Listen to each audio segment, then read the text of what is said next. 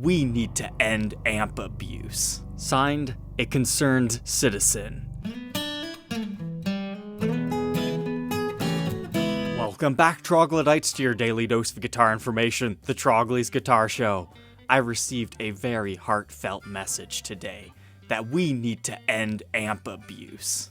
Okay, so essentially what this is a guy is shopping on Goodwill.com, and he's saying that when they test their amplifiers, they are unknowingly destroying them before they're actually being sold, and then people are bidding way too much for an amp that is being sold as is, has no warranty or anything. Because if you don't know, if you have a tube amp, you're not supposed to turn them on unless they're connected to an output load. Now, I don't know a lot about amps, but I know that much, and you can clearly see that this thing has been turned on without a speaker on it. And I totally get what Goodwill's doing. They're just trying to prove that, yes, it does power on. They're trying to make it useful. Because essentially the problem there is it's like the power that's running through that amp normally then goes out to the speakers or a dummy coil, but if it doesn't have that to go, it loops back and then it can potentially cause some destruction. Now, not every amp is just going to instantly blow up as soon as you turn it on, not being connected, but sometimes, as you can see in this testimonial, it will. And apparently this concerned citizen has been trying to tell Goodwill not to do that anymore. So who knows, maybe this video will reach somebody at Goodwill and they can change this practice, or at least get some sort of an output load to put it on there, because I think they are accidentally hurting their patrons that are supporting them by buying these amps. So that's the public service announcement for today, but I think it's time for us to go hunting on Goodwill again. Goodwill hunting number 4. It's been a good month and a half since we've last looked at these things. To be 100% fair, nobody has sent me that there's like any type of really good Gibson guitar on here, so this could just be a whole dud of an episode, but who knows, maybe we'll find something. But to give us the best chance, let's look at the most expensive stuff first, because that's the best way to shop Goodwill. Okay, it looks like we got a couple of mid-tiered level things that might be interesting, starting with this Dean solid body electric guitar. Advertised as a classic solid body 22 fret Sunburst, it's got some respectable bids on here. Let's see, is this anything special? It reminds me of a Les Paul double cut that has been turned into a goldfish. You see what I'm talking about? Like, here's what a double cut standard looks like. You could also say it's tying off the DC special shape. But these ones, they've just got regular looking horns. This one's a little bit taller than the others. But this guy just takes it to a slightly new extreme. It's so goofy. Like, I'm actually intrigued with this whole system. I normally like bridges that stick out a little bit because that looks really comfortable to put your hand on. You get individual saddles for each, so it's nice to adjust. Looks like master volume, master tone with a 3-way toggle switch. I mean, this looks like halfway decent quality. Oh wow, abalone inlay? Well, it's not a bolt-on neck, so we at least got that going for it. It's a giant clunky heel though, wow. Kind of reminds me of PRS's, so maybe that's what they're actually going for. And yeah, it looks like that might say Korea. There's a better photo. But hey, at least it's got Grover tuners. Unfortunately, it doesn't look like we're going to be able to particularly date this one based on the information that we have, but yeah, kind of an interesting model. Let's take a look at this Washburn real quick. It's up to $100. I've actually had a Washburn guitar before. I'd gotten that, I think, for like $250, and it was actually really, really good for the price point. It had a Floyd Rose-esque system. It actually turned out to be fairly rare. Mine was kind of a similar gunmetal-esque gray color, but this is kind of strange. That middle pickup is just, you know, it's in your way, but not in your way at the same time. I can't say I enjoy that. I wish I could remember what model Washburn I had. Looks like I sold it on Reverb and I lost a lot of money on it. I remember trying to get $400 for it. Now this could actually be a good deal for somebody. A vintage USA Fender fretless electric bass. Except for we don't have a Fender decal on it. It looks like it's been heavily worn in and played. Do we have any type of serial number? Ooh, that scares me. Are we even sure it's 100% a Fender? What's with all the knobs missing on these donated guitars? So what it looks like to me is somebody has sanded the finish off the back of the neck. And it looks like they took the finish off of the fretboard and then took the frets out and then filled them in. So they still have the lines, so you know where you're supposed to be, but we no longer have the frets. This case tells you it's at least the 70s, probably into the 80s. Like, this is reminding me of like a bullet bass because it's not quite the exact shape of the regular Fender basses. Now it looks like we've got a couple of those here on Reverb. Let's take a look. I think I might be starting to realize why the decal was removed on the headstock. Because you look right here, this is the Fender bullet bass. But at the same time, there was also a Squier by Fender bullet bass version. And you'll notice the Squiers have that traditional like P bass setup, whereas the Fender versions had these weird like Fender Elite looking like pickups, and that had the F plate on the back. Also note the Fenders had the weird headstock, whereas the Squiers got a more traditional looking one. But now that we know that it's a kind of a cheaper vintage bass, that's starting to make more sense why somebody would convert it. I do want to look at this just a little bit more closely, see if we can see if this one also had the Fender backplate. It does not appear that it does, but remember, the neck had to have been taken off at one point in time. Somebody could have swapped that. Let's take a close look at our pickguard configuration. Looks like the Fender version doesn't have quite as extreme of a swoop. You see how it just kind of comes in there, whereas this one, it looks like it might have just a little bit more of a cut and a whoop. Whereas this one doesn't look like it's quite as extreme. So based on what I can see, my best guess is this was the true Fender version and somebody has just replaced the pickups, or even the entire pickguard if need be. Because we got the Fender backplate, we've got the Fender style tuners. I mean, that's a lot of work to go through just to say that it's something that it's not. And it looks like we do have an official Fender serial number here, which is E00, 3 2s and a 0. I think that puts it in the early 80s. According to this guide of a website, 1979 through 81. So yep, that definitely puts us within the bullet territory here. Wow, these are surprisingly detailed photos. Yeah, this has a date stamp of 7/17/83. So it's been bid up to $852. It looks like our most recent sales show about $750, one for as much as $899. Here's some in the same color, so that's probably pretty fair, so $900. I'm betting somebody is bidding on this thinking it's something a little bit more special than what exactly it is. It's either that or somebody really wants a fretless version of one of these bullet basses. Got a couple of Charvels, Fender Mexican Stratocasters, but this, Silvertones, they're kind of interesting guitars. We see them all the time in Goodwill. They make great wall hangers, if nothing else. You've got some block inlays, still has the Silvertone logo up here on the headstock. Even the truss rod says made in USA. Missing a couple of strings here. And apparently it's a bolt-on neck, so probably not worth a lot. This is kind of going after the Jazzmaster Jaguar shape. I like the knobs. They're clear, they've been aged. The pickups are always pretty interesting in these guys. Probably some sort of a foil pickup.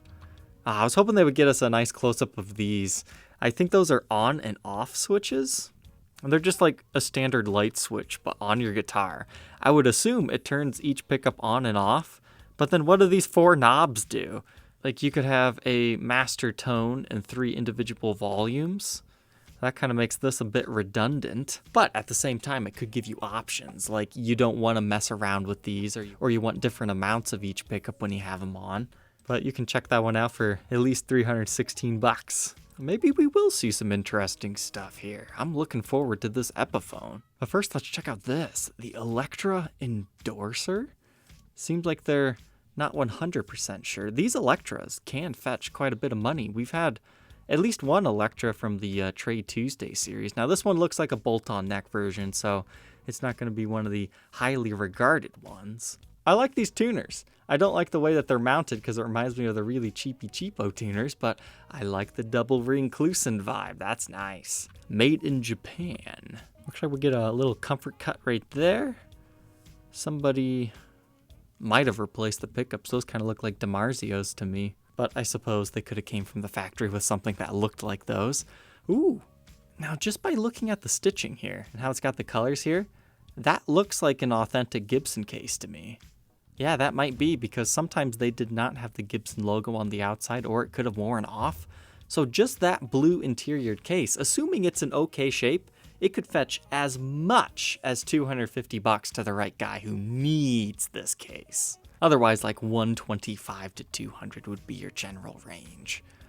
So with that in mind, it's been bid to $276. So that's like $150 on the case and $100 on this bolt-on electric guitar. It's not bad. And so far, it looks like they might have the right model. I'd be willing to bet these are not the bolt-on neck variety. Yeah, this is a set neck. But it doesn't look like I can find one that is a bolt-on neck.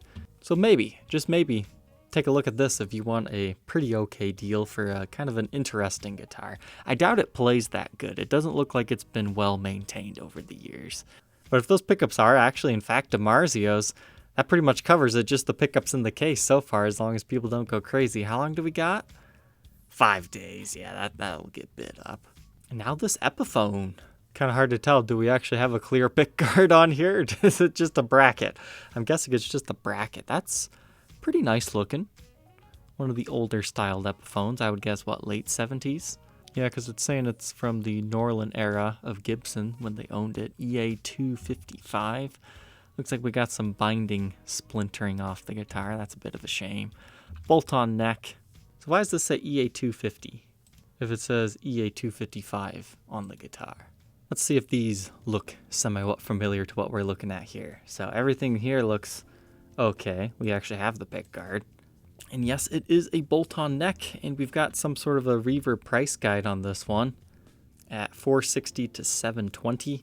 I'm guessing that might be a bit high, but anywhere between $460 to $550 would be okay. And it's currently only at $251, depending on what type of work it needs and how much it get bids up to in 5 days. Sounds pretty nice. I think I've heard good things about these, the Ibanez Roadstar series. Yeah, it's got that 70s style Fender bullet truss rod. Kind of cool roller string trees. Wow, even on the bottom.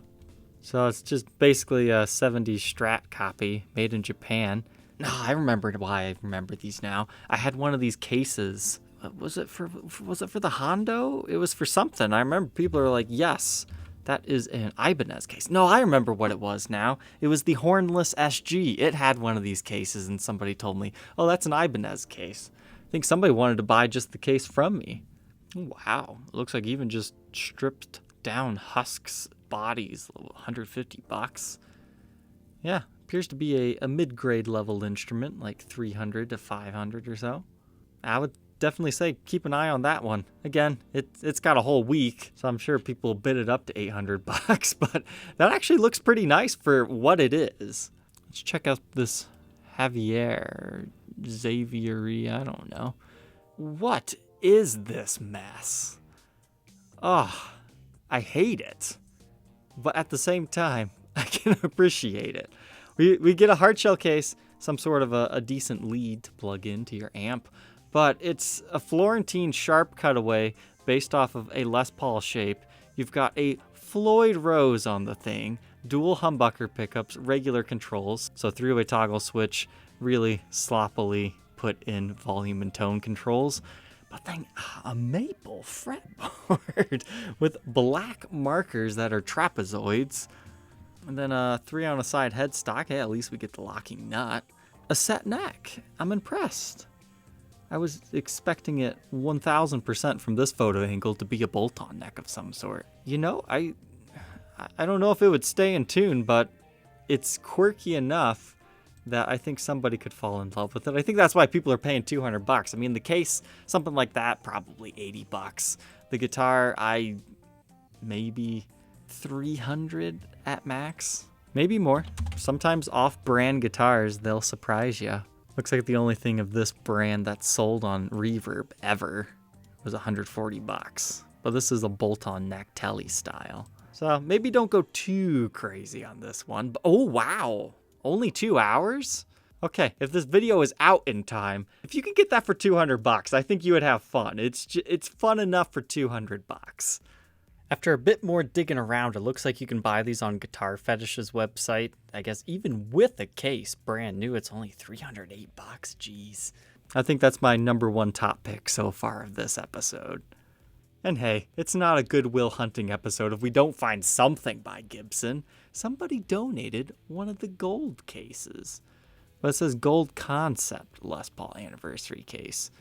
So the whole story behind these cases is they were initially meant to be the Jimi Hendrix Strat case, and then they just kind of repurposed it. I don't think it's like any type of special prototype case or anything, but somebody donated it. People will pay up to $250 for one of these, sometimes a little bit more if you find somebody that's really in desperate need, because they are kind of cool, especially if you're coming from Fender territory and you're used to rectangular cases and you're moving into the Gibson world.